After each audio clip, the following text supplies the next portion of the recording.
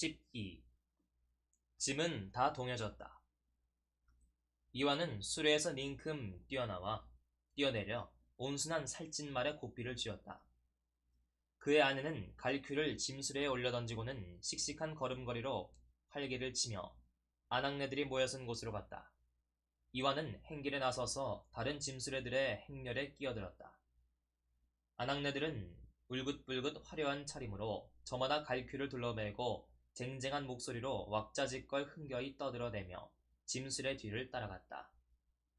한 아낙네가 거칠고도 앙칼진 목청을 돋구어 노래를 시작하여 후렴까지 뽑아넘기자 곱지 못한 고음으로 50여 명의 여러 씩씩한 음성이 일제히 그것을 받아 다시금 처음부터 같은 곡조를 되풀이하는 것이었다. 아낙네들은 노래를 부르면서 함께 레윈에게로 가까이 다가왔다. 그는 마치도 환희의 뇌성을 실은 구름장이 자기에게로 밀려오는 듯한 감을 느꼈다. 구름장은 달려오자 삽시에 그의 온몸을 사로잡았다. 구름장은 달려오자 삽시에 그의 온몸을 사로잡았다.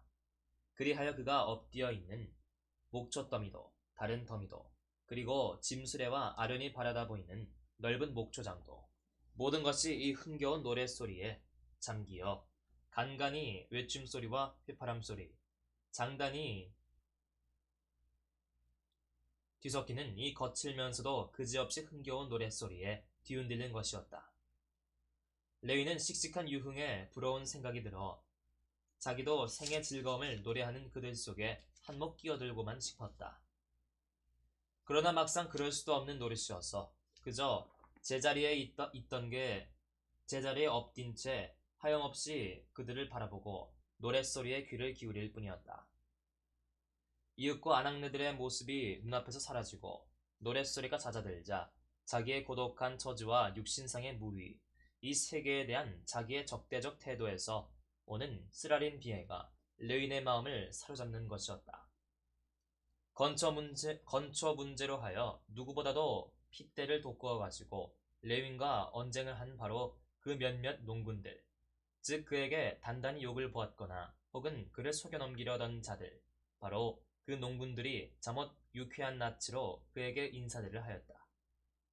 분명 그들은 레윈에 대하여 하등의 악의도 없었으며 그를 속이려던 이를 뉘우치는 마음은 물론이요 애초에 그런 기억조차 없는 듯 하였다. 이 모든 것은 공동 노력의 흥겨운 분위기 속에 잠겨버린 것이었다. 하늘은 우리에게 하루의 날을 주었고 힘을 주었다. 그리고 이 날과 힘은 근로에 바쳐졌으니 바로 그 속에 보수가 있는 것이다.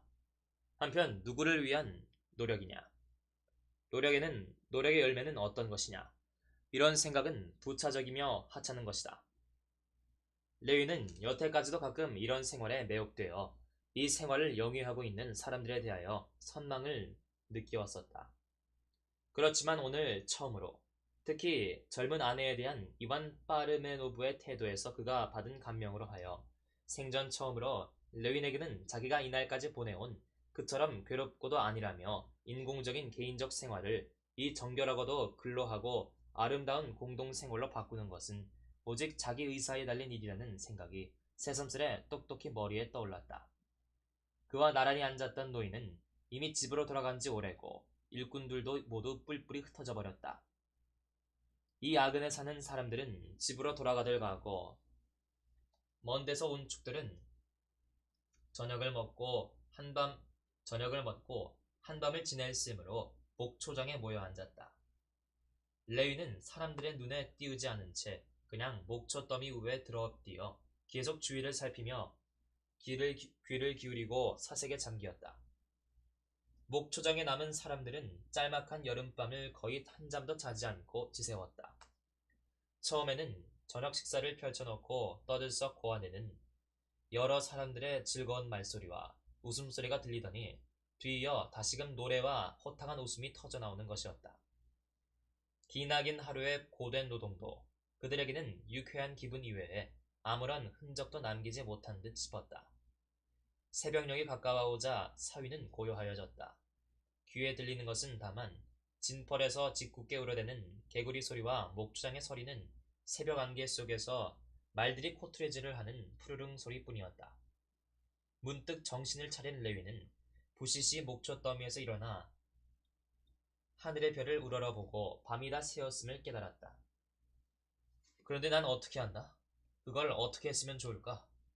하고 그는 이 짤막한 밤 사이에 자기가 생각하고 느낀 모든 것을 다시금 머릿속에 똑똑히 그려보려고 애쓰면서 이렇게 혼자 생각을 하였다. 그가 생각하고 느낀 그 모든 것은 다음과 같은 세 개의 각이한 사고 과정으로 구분할 수 있었다. 즉, 첫째는 자기의 종래의 생활을 부정하며 자기의 무익한 지식과 아무런 소용도 없는 자기의 교양을 부정하는 것이었다. 이와 같은 부정은 그에게 만족을 가져다 주었으며 또 그것은 그에게 있어 용이하고도 간단한 일이었다. 또 하나의 사고와 공상은 그가 이제부터 영위하려고 하는 그 생활에 관계되는 것이었다.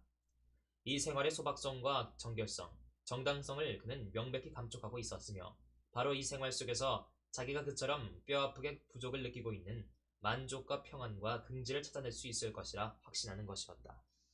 그러나 제3의 사고 과정은 낡은 생활로부터 새 생활애로의 이 이행을 여하히 단행할 것인가 하는 문제를 두고 뱅뱅 한자리에서 방황할 뿐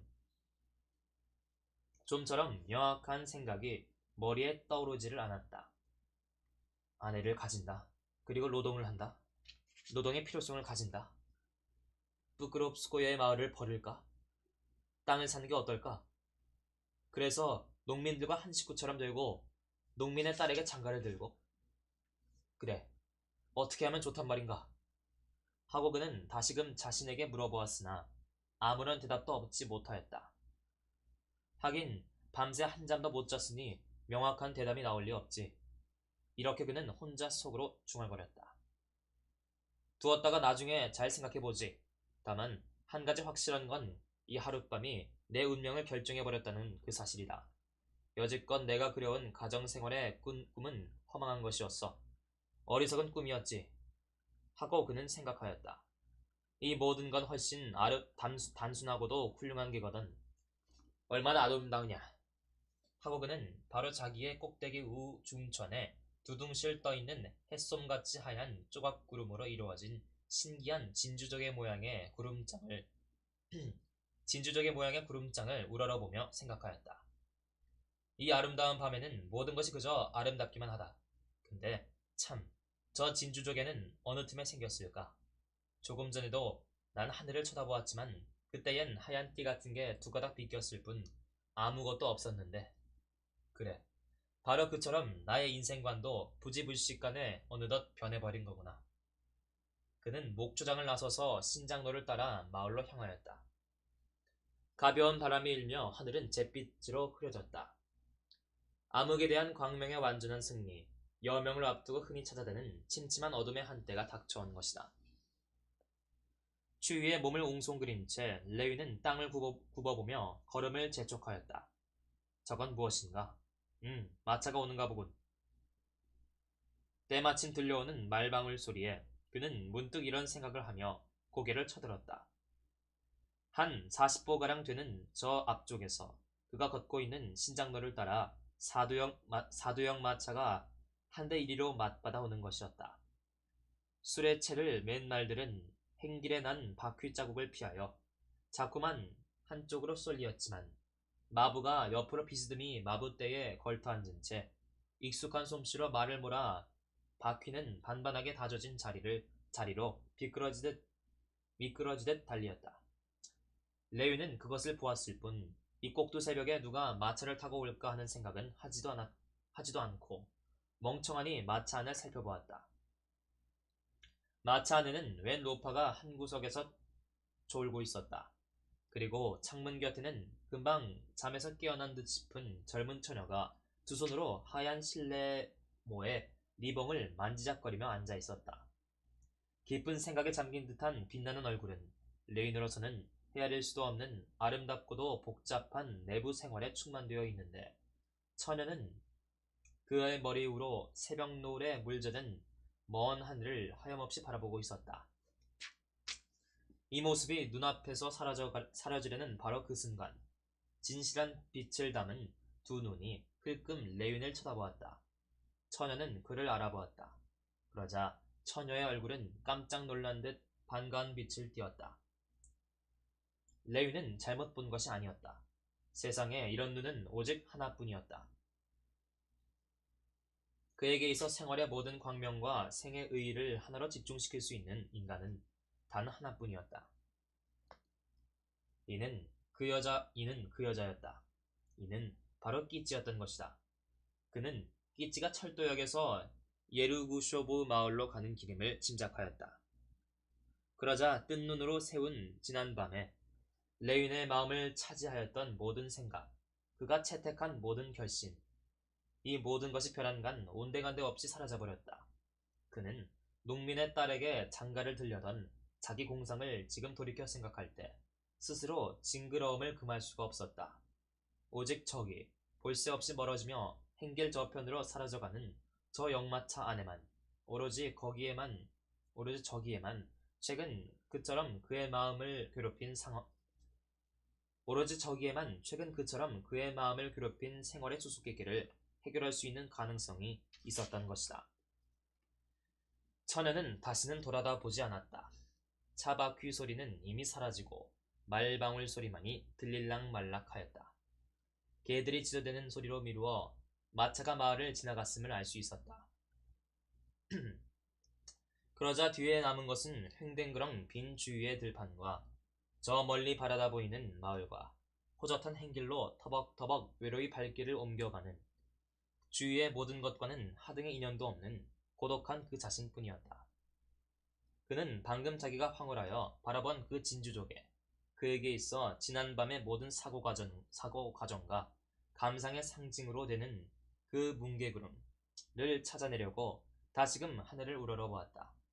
그러나 하늘에는 이미 진주조개를 방불케 하는 아무것도 없었다. 근접할 수 없는 저 허공에서는 이미 자연의 신비스런 변동이 일어난 것이었다.